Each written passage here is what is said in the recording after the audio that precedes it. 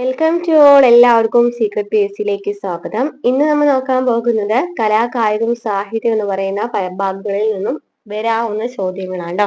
നമ്മൾ കഴിഞ്ഞ ക്ലാസ്സിൽ കല ചെയ്തിട്ടുണ്ടായിരുന്നു. ഇന്ന് നമ്മൾ നോക്കാൻ പോകുന്നത് ക്രിക്കറ്റ്, ഫുട്ബോൾ, അതായത് കായികവുമായി ബന്ധപ്പെട്ട് വരുന്ന ക്വസ്റ്റ്യൻസ് ആണ് ട്ടോ.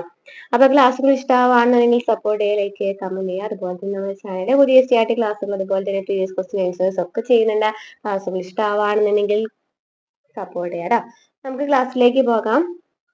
നമ്മൾ കഴിഞ്ഞ ക്ലാസ്സിൽ നമ്മൾ കലയെ കുറിച്ച് കുറച്ച് പോയിന്റ്സ് പറഞ്ഞിട്ടുണ്ടായിരുന്നു അല്ലെ. ഇനി നമുക്ക് കലയെ കുറിച്ച് കുറച്ചധികം പോയിന്റ്സ് വരുന്നുണ്ട് കേട്ടോ. ഇനി വരുന്ന ക്ലാസ്സുകളിലൊക്കെ നമുക്ക് ആ ഒരു ക്ലാസ്സുകൾ പ്രതീക്ഷിക്കാനാണ്. അപ്പോൾ നമ്മൾ ഇന്ന് നോക്കാൻ പോകുന്നത് സ്പോർട്സുമായി ബന്ധപ്പെട്ടിട്ടുള്ള ക്വസ്റ്റ്യൻസ് ആണ്. താഴെ തന്നിരിക്കുന്നവയിൽ നിന്നും ശരിയല്ലാത്ത പ്രസ്താവന കണ്ടെത്തുക. നാഷണൽ സർവീസ് സ്കീം പ്രവർത്തിക്കുന്നത് യുവജനക്ഷേമ കായിക മന്ത്രാലയത്തിന് കീഴിലാണെന്ന് പറഞ്ഞിട്ടുണ്ട്. നാഷണൽ സർവീസ് സ്കീം പ്രവർത്തിക്കുന്ന ആരുടെ? യുവജനക്ഷേമ കായിക മന്ത്രാലയത്തിന് കീഴിലാണെന്നാണ് പറഞ്ഞിരിക്കുന്നത് അല്ലെ. നമുക്ക് ചോദിച്ചിരിക്കുന്നത് ശരിയല്ലാത്ത പ്രസ്താവനയാണ് ചോദിച്ചിരിക്കുന്നത്. സ്പോർട്സ് അതോറിറ്റി ഓഫ് ഇന്ത്യയുടെ ചെയർമാൻ പ്രധാനമന്ത്രിയാണെന്നാണ് പറഞ്ഞിരിക്കുന്നത്. അതാണ് തെറ്റ് വരുന്നത്. സ്പോർട്സ് ഓഫ് അതോറിറ്റിയുടെ ചെയർമാൻ ആരാണ് നമുക്ക് നോക്കാം ട്ടോ. അതുപോലെ തന്നെ BCCIയുടെ ആസ്ഥാനം മുംബൈ ആണെന്ന് പറയുന്നുണ്ട്. BCCIയുടെ ആസ്ഥാനം മുംബൈ ആണെന്ന് പറയുന്നുണ്ട്. അത് ശരിയാണ്. ഇന്ത്യയിൽ ക്രിക്കറ്റ് രംഗത്തെ ഭരണം നിർവഹിക്കുന്ന സംഘടനയാണ് BCCI എന്ന് പറയുന്നത്. അപ്പൊ എന്താണ് BCCI എന്ന് വെച്ചാൽ?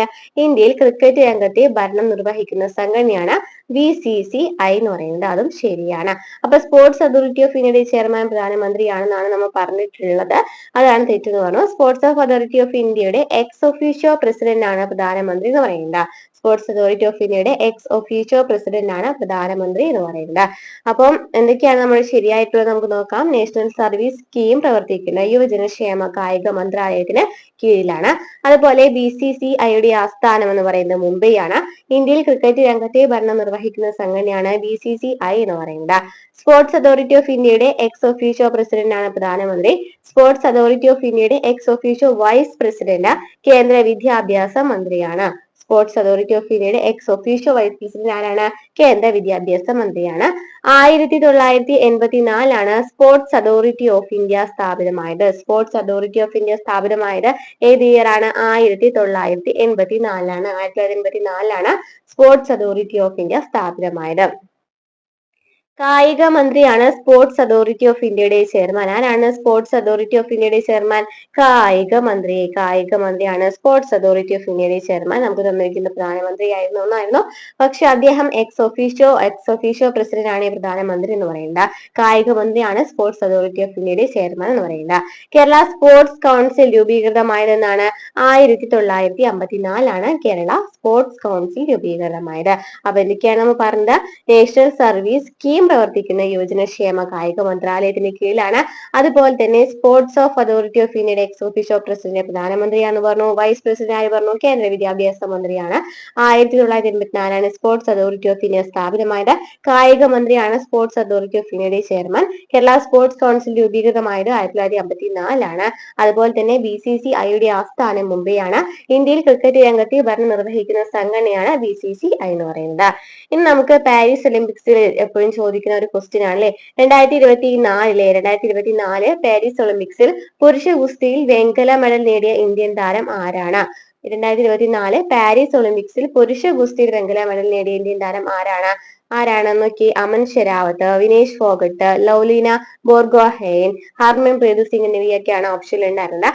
അമൻ ഷെരാവത്താണ് വെങ്കല മെഡൽ നേടുന്നത്. ഇതിലെ പുരുഷ ഗുസ്തിയിൽ വെങ്കല മെഡൽ നേടുന്നത് 2024 പാരീസ് ഒളിമ്പിക്സിൽ. അപ്പൊ നമുക്ക് 2024 പാരീസ് ഒളിമ്പിക്സിനെ കുറിച്ച് കുറച്ച് ഇമ്പോർട്ടന്റ് ആയിട്ടുള്ള പോയിന്റ്സ് മാത്രം പറഞ്ഞു പോകാം. നമുക്ക് കറന്റ് അഫയേഴ്സിൽ മുൻ പ്രീവിയസ് ക്വസ്റ്റ്യൻ ആൻസേഴ്സ് എന്ന് പറഞ്ഞിട്ട് കുറച്ച് ചെയ്തിട്ടുണ്ടായിരുന്നു. ക്വസ്റ്റ്യൻ ആൻസേഴ്സ് ചെയ്തിട്ടുണ്ടായിരുന്നു. അതിൽ നമ്മൾ കുറച്ച് ഇമ്പോർട്ടന്റ് ആയിട്ടുള്ള പോയിന്റ്സ് മാത്രം പറഞ്ഞിട്ടുണ്ടായില്ല. 2-3-4 പോയിന്റ്സ് നമ്മൾ പറഞ്ഞിട്ടുണ്ടായിരുന്നു. റിപ്പീറ്റഡ് ആണെന്ന് പറഞ്ഞിട്ടുള്ളത്. ആ പോയിന്റ്സ് തന്നെ ആയിരിക്കണം ഇതിൽ നമുക്ക് പറയാം. നമുക്ക് നോക്കാം. ഒളിമ്പിക്സിൽ വ്യക്തിഗത ഇനത്തിൽ മെഡൽ നേടിയ ഏറ്റവും പ്രായം കുറഞ്ഞ ഇന്ത്യൻ താരമാണ് അമൻ ഷെരാവത്ത് എന്ന് പറയുന്നത്. നമ്മൾ അന്ന് മനു ഭാക്കറും പിന്നെ ആരൊക്കെയാണ് പറഞ്ഞിട്ടുണ്ടായിരുന്നത്, മനു ഭാക്കറിനെ കുറിച്ച് പറഞ്ഞിട്ടുണ്ടായിരുന്നു. അങ്ങനെ കുറച്ച് റിപ്പീറ്റഡ് ആയിട്ട് വരുന്ന കുറച്ച് ക്വസ്റ്റ്യൻസ് പറഞ്ഞിട്ടുണ്ടായിരുന്നു. അപ്പൊ 2024 പാരീസ് ഒളിമ്പിക്സ് ഡീറ്റെയിൽ ആയിട്ട് പഠിച്ചിട്ട് പോകാം. നമുക്ക് കുറച്ച് ഇമ്പോർട്ടന്റ് ആയിട്ടുള്ള ക്വസ്റ്റ്യൻസ് നമുക്ക് ഇപ്പോൾ നോക്കാം. ഒളിമ്പിക്സിൽ വ്യക്തിഗത ഇനത്തിൽ മെഡൽ നേടിയ ഏറ്റവും പ്രായം കുറഞ്ഞ ഇന്ത്യൻ താരമാണ് അമൻ ഷെരാവത്ത്. 2024 പാരീസ് ഒളിമ്പിക്സിലെ മെഡൽ പട്ടികയിൽ ഇന്ത്യയുടെ സ്ഥാനം എന്ന് പറയുന്നതാണ് 71ാമത്തെ സ്ഥാനമാണ്. ഒരു വെള്ളി 5 വെങ്കലം ഉൾപ്പെടെ 6 മെഡലുകളാണ് ലഭിച്ചത്. എത്രയാണ്? ഒരു വെള്ളിയും 5 വെങ്കലം ഉൾപ്പെടെ 6 മെഡലുകളാണ് ലഭിച്ചത്. ഇന്ത്യയുടെ സ്ഥാനം ചോദിക്കുകയാണെന്നുണ്ടെങ്കിൽ 71 പഠിച്ചു വെക്കുക. നീരജ് ചോപ്ര ജാവലിൻ ത്രോയിൽ വെള്ളി നേടിയതാണ് ഏക വെള്ളി മെഡൽ നേട്ടം എന്ന് പറയുന്നത്. അപ്പൊ വെള്ളി മെഡൽ നേട്ടം ഏതാണ്? നീരജ് ചോപ്ര ജാവലിൻ ത്രോയിൽ വെള്ളി നേടിയതാണ് ഏക വെള്ളി മെഡൽ നേട്ടം എന്ന് പറയുന്നത്. 3 വെങ്കല മെഡലുകൾ ഷൂട്ടിങ്ങിൽ നിന്നാണ് ലഭിച്ചിട്ടുണ്ടായിരുന്നത്. 3 വെങ്കല മെഡൽ എവിടെ നിന്നാണ്? ഷൂട്ടിങ്ങിൽ നിന്നാണ് ലഭിച്ചത്.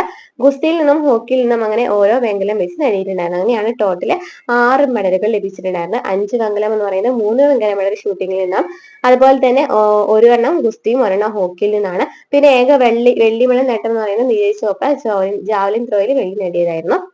മനു ഭാക്കറാണ് പാരീസിൽ ഇന്ത്യക്കായി ആദ്യ മെഡൽ നേടിയത് ചോദിച്ചിട്ടുണ്ട് കേട്ടോ. ആദ്യ മെഡൽ നേടിയത് ആരാണ്? മനു ഭാക്കറാണ് പാരീസിൽ ഇന്ത്യക്കായിട്ട് ആദ്യ മെഡൽ നേടിയത്. വനിതകളുടെ 10 മീറ്റർ എയർ പിസ്റ്റളിൽ ഭാക്കർ വെങ്കലം നേടി. 10 മീറ്റർ എയർ പിസ്റ്റൾ മിക്സ്ഡ് ഇനത്തിൽ മനു ഭാക്കർ സരബ്ജോത് സിംഗും സഖ്യം അവരാണ് വെങ്കലം നേടിയത്. 10 മീറ്റർ എയർ പിസ്റ്റൾ മിക്സ്ഡ് ഇനത്തിലാണെന്നുണ്ടെങ്കിൽ മനു ഭാക്കർ ഉണ്ടായിരുന്നു, അതുപോലെ തന്നെ സരബ്ജോത് സിംഗും ഉണ്ടായിരുന്നു, വെങ്കലം നേടിയിട്ടുണ്ടായിരുന്നു. ഷൂട്ടിങ്ങിൽ 3ാമത്തെ മെഡൽ നേടിയത് ആരാണ്? സ്വപ്നിൽ കുശാലയാണ്. ഷൂട്ടിങ്ങിൽ 3ാമത്തെ മെഡൽ നേടിയത് ആരാണ്? സ്വപ്നിൽ കുശാലയാണ്. ഹോക്കി ടീമും പുരുഷന്മാരുടെ ഗുസ്തിയിൽ ഫ്രീ സ്റ്റൈൽ 57 കിലോഗ്രാം വിഭാഗത്തിൽ അമൻ ഷെരാവത്തും വെങ്കലം നേടി. ഹോക്കി ടീമും പുരുഷന്മാരുടെ ഗുസ്തിയിൽ ഫ്രീ സ്റ്റൈൽ 57 കിലോഗ്രാം വിഭാഗത്തിൽ അമൻ ഷെറാവത്തും വെങ്കലം നേടിയിട്ടുണ്ടായിരുന്നു. 40 സ്വർണവും 44 വെള്ളിയും 42 വെങ്കലവും അടക്കം 126 മെഡലുകൾ നേടിയ അമേരിക്കയാണ് 2024 പാരീസ് ഒളിമ്പിക്സിൽ മെഡൽ നേട്ടത്തിൽ ഒന്നാമതെത്തിയത്. ഒന്നാമതെത്തിയ ചോദിക്കുകയാണെങ്കിൽ അമേരിക്കയാണ്. എത്രയായിട്ടാണ്? 40 സ്വർണം, 44 വെള്ളി, 42 വെങ്കലം അടക്കം 126 മെഡലുകൾ നേടിയിട്ടാണ് 2024 പാരീസ് ഒളിമ്പിക്സിൽ ഒന്നാമത് എത്തുന്നത്. ആരെത്തുന്നത്? അമേരിക്ക എത്തുന്നത്. 40 സ്വർണം ഉൾപ്പെടെ 91 മെഡലുകൾ നേടിയ ചൈനയാണ് 2ാം സ്ഥാനത്ത്. അപ്പൊ ഫസ്റ്റ് പൊസിഷൻ എന്ന് പറയുന്നത് ആരാണ്? അമേരിക്കയ്ക്കാണ് ഫസ്റ്റ് പൊസിഷൻ എന്ന് പറയുന്നത്. അമേരിക്കയാണ് ഫസ്റ്റ് പൊസിഷൻ. രണ്ടാമത് ചോദിക്കുകയാണെന്നുണ്ടെങ്കിൽ ഏതാണ്? ചൈനയാണ്. ചൈനയാണ് 2ാമത്തെ പൊസിഷൻ എന്ന് പറയുന്നത്. ചൈനയ്ക്ക് 40 സ്വർണം ഉൾപ്പെടെ 91 മെഡലുകളാണ് നേടിയിട്ടുണ്ടായിരുന്നത്. അപ്പൊ എന്തൊക്കെയാണോ പറഞ്ഞത്? അമൻ ഷെരാവത്തിനെ കുറിച്ച് പറഞ്ഞു. അമൻ ഷെരാവത്ത് എന്ന് പറയുന്നത് പുരുഷ ഗുസ്തിയിൽ വെങ്കല മെഡൽ നേടിയ ഇന്ത്യൻ താരമായിരുന്നു 2024 പാരീസ് ഒളിമ്പിക്സിൽ. അതുപോലെ തന്നെ വ്യക്തിഗത ഇനത്തിൽ നേടിയിട്ടുള്ള പ്രായം കുറഞ്ഞ ഇന്ത്യൻ താരം കൂടിയാണ് അമൻ ഷെരാവത്ത് എന്ന് പറയുന്നത്.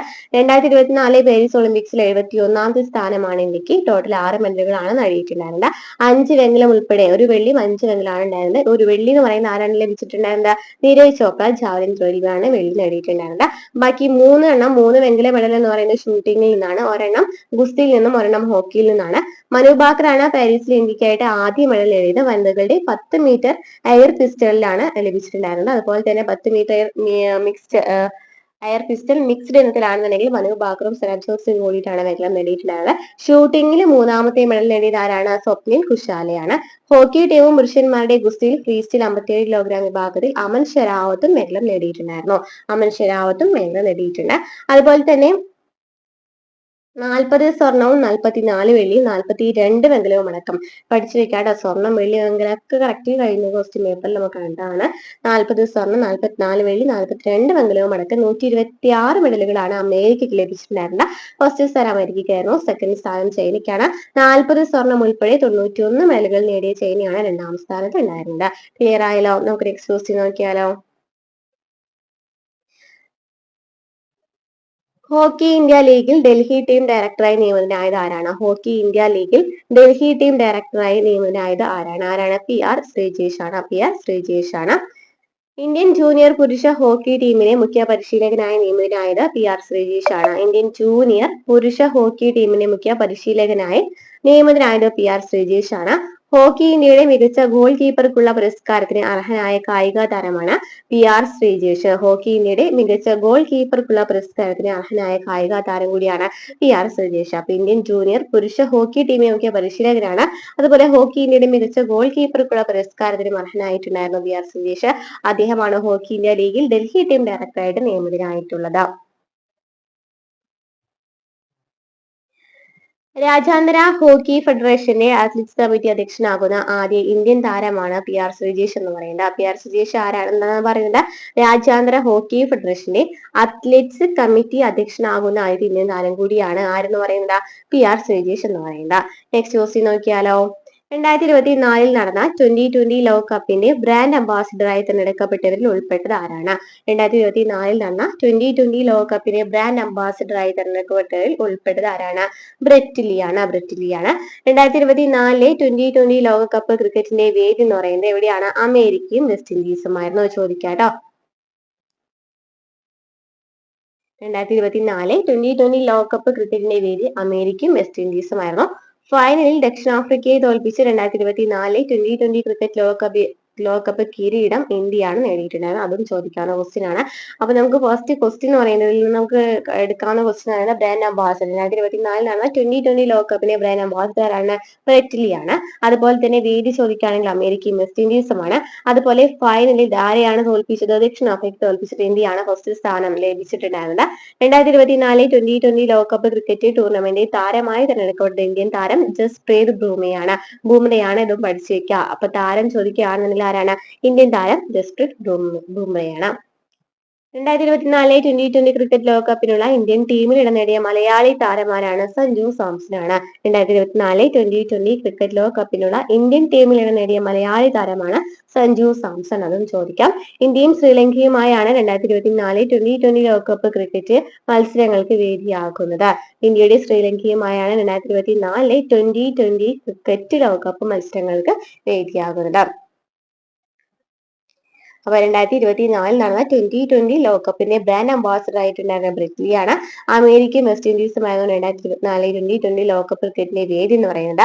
ദക്ഷിണാഫ്രിക്കയെ തോൽപ്പിച്ച് ഇന്ത്യയാണ് കിരീടം നേടിയത്. ജസ്പ്രീത് ബുംറയാണ് താരം എന്ന് പറയുന്നത്, മികച്ച താരം, ഇന്ത്യൻ താരം എന്ന് പറയുന്നത്. അതുപോലെ തന്നെ ഇന്ത്യൻ ടീമിൽ ഇടം നേടിയ മലയാളി താരം കൂടിയാണ് സഞ്ജു സാംസൺ എന്ന് പറയുന്നത്. 2024 2020 ക്രിക്കറ്റ് ലോകകപ്പിനുള്ള ഇന്ത്യൻ ടീമിൽ ഇടം നേടിയ മലയാളി താരമാണ് സഞ്ജു സാംസൺ. ഇന്ത്യയും ശ്രീലങ്കയുമായാണ് 2024 2020 ക്രിക്കറ്റ് ലോകകപ്പ് മത്സരങ്ങൾക്ക് വേദിയാകുന്നത്. നെക്സ്റ്റ് ക്വസ്റ്റ്യൻ നോക്കാം. തന്നിരിക്കുന്നതിൽ ഇന്ത്യൻ വനിതാ ക്രിക്കറ്റ് ടീമിൽ ഇടം നേടിയ മലയാളി താരങ്ങളിൽ ഉൾപ്പെടാത്തത് ആരാണ്? ഇന്ത്യൻ വനിതാ ക്രിക്കറ്റ് ടീമിൽ ഇടം നേടിയ മലയാളി താരങ്ങൾ ഉൾപ്പെടാത്ത ആരാന്ന് ചോദിച്ചിരിക്കുന്നത്. ആരൊക്കെയാണ് ഇന്ത്യൻ വനിതാ ക്രിക്കറ്റ് ടീമിൽ ഇടം നേടിയ മലയാളി താരങ്ങൾ? ആശാ ശോഭന, മിന്നുമണി, സജന സജീവൻ. ആശാ ശോഭന, മിന്നുമണി, സജന സജീവൻ.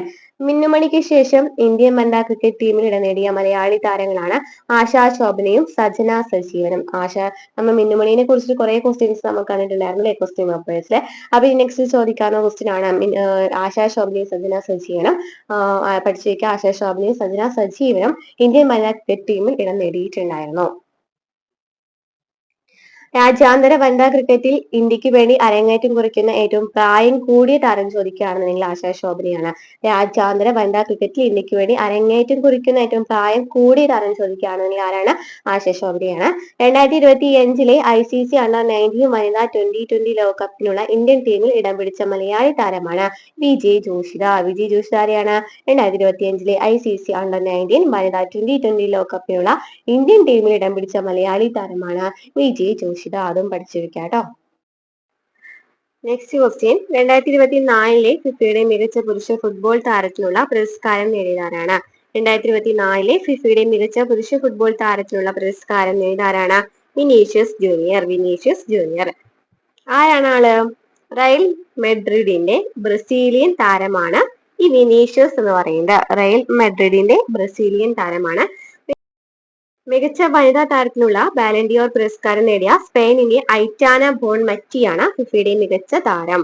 മികച്ച വനിതാ താരത്തിലുള്ള ബാലൻഡിയോർ പുരസ്കാരം നേടിയ സ്പെയിനിന്റെ ഐറ്റാന ബോൺമറ്റിയാണ് ഫിഫയുടെ മികച്ച താരം എന്ന് പറയുന്നത്. 2024 ഫിഫയുടെ മികച്ച ഗോൾ കീപ്പറായി തെരഞ്ഞെടുക്കപ്പെട്ടത് അർജന്റീനയുടെ എമിലിയാനോ മാർട്ടിനസ് ആണ്. 2024 ഫിഫയുടെ മികച്ച ഗോൾ കീപ്പറായി തെരഞ്ഞെടുക്കപ്പെട്ടത് ആരെയാണ്? അർജന്റീനയുടെ എമിലിയാനോ മാർട്ടിനസ് ആണ്. Next question. 2024 പുറത്തിറങ്ങിയ വിറ്റ്നസ് എന്ന കായിക താരത്തിന്റെ ആത്മകഥ ആരുടെയാണ് ആത്മകഥ എന്നാണ് ചോദിച്ചിരിക്കുന്നത്. വിറ്റ്നസ് എന്ന് പറയുന്നത് ഏത് കായിക താരത്തിന്റെ ആത്മകഥയാണെന്നാണ് ചോദിച്ചിരിക്കുന്നത്. ആരുടെയാണ്? സാക്ഷി മാലിക്കിന്റെ എന്താണ് ആത്മകഥയാണ് വിറ്റ്നസ് എന്ന് പറയുന്നത്. 2024 പുറത്തിറങ്ങിയത്. അപ്പൊ ചോദിക്കാൻ ചാൻസ് ഉള്ള ക്വസ്റ്റ്യൻ ആണോ. ഒളിമ്പിക്സിൽ മെഡൽ നേടിയ ആദ്യ ഇന്ത്യൻ വനിതാ ഗുസ്തി താരമാണ് സാക്ഷി മാലിക്. ആരാണ്? ഒളിമ്പിക്സിൽ മെഡൽ നേടിയ ആദ്യത്തെ ഇന്ത്യൻ വനിതാ ഗുസ്തി താരമാണ്. 2024 ടൈം മാഗസിന്റെ ലോകത്തിലെ ഏറ്റവും സ്വാധീനമുള്ള 100 വ്യക്തികളുടെ പട്ടികയിൽ സാക്ഷി മാലിക് ഇടം നേടിയിട്ടുണ്ടായിരുന്നു. 2024 രാജ്യാന്തര ഗുസ്തി സംഘടന വിലക്ക് ഏർപ്പെടുത്തിയ ഇന്ത്യൻ താരമാണ് ബജ്റംഗ് പൂനിയ എന്ന് പറയുന്നത്. അതിന് ബജ്റംഗ് പൂനിയ ആരാന്നാണ് പറയുന്നത്. 2024 രാജ്യാന്തര ഗുസ്തി സംഘടന വിലക്ക് ഏർപ്പെടുത്തിയ ഇന്ത്യൻ താരം ആരാണ്? ബജ്റംഗ് പൂനിയാണ്. അൽബേനിയയിൽ നടന്ന 2024 അണ്ടർ-23 ഗുസ്തി ലോക ചാമ്പ്യൻഷിപ്പിൽ 57 കിലോഗ്രാം വിഭാഗത്തിൽ സ്വർണ്ണ മെഡൽ നേടിയ ഇന്ത്യൻ താരമാണ് ചിരാഗ് ചിക്കാര. ചിരാഗ് ചിക്കാര ആരാണ്? അർബേനിയയിൽ നടന്ന 2024 അണ്ടർ-23 ഗുസ്തി ലോക ചാമ്പ്യൻഷിപ്പിൽ 57 കിലോഗ്രാം വിഭാഗത്തിൽ സ്വർണ്ണ മെഡൽ നേടിയ ഇന്ത്യൻ താരമാണ് ചിരാഗ് ചിക്കാര. നെക്സ്റ്റ് ക്വസ്റ്റ്യൻ, തന്നിരിക്കുന്ന കായിക ഇനങ്ങൾ അവയുമായി ബന്ധപ്പെട്ട പദങ്ങൾ എന്നിവ ശരിയായ രീതിയിൽ ചേരുംപടി ചേർക്കുക. ഹോക്കി എന്തുമായി ഹോക്കിയുമായി ബന്ധപ്പെട്ട പദങ്ങൾ ഏതൊക്കെയാണ്? ഹോക്കിയുമായി ബന്ധപ്പെട്ട പദങ്ങൾ ഏതാണ്? ഡ്രിബിൾ, കാരി, സ്കൂപ്പ്. ഡ്രിബിൾ, കാരി, സ്കൂപ്പ് എന്ന് പറയുന്നതാണ് ഹോക്കിയുമായി ബന്ധപ്പെട്ട പദങ്ങൾ. ഇനി ടെന്നീസുമായി ബന്ധപ്പെട്ട പദങ്ങൾ ഏതാണ്? ടെന്നീസുമായി ബന്ധപ്പെട്ടത് ഏതൊക്കെയാണ്? ഡ്രൂസ്, സ്ട്രോക്ക്, ലേറ്റ് ആണ് ടെന്നീസുമായി ബന്ധപ്പെട്ട പദം.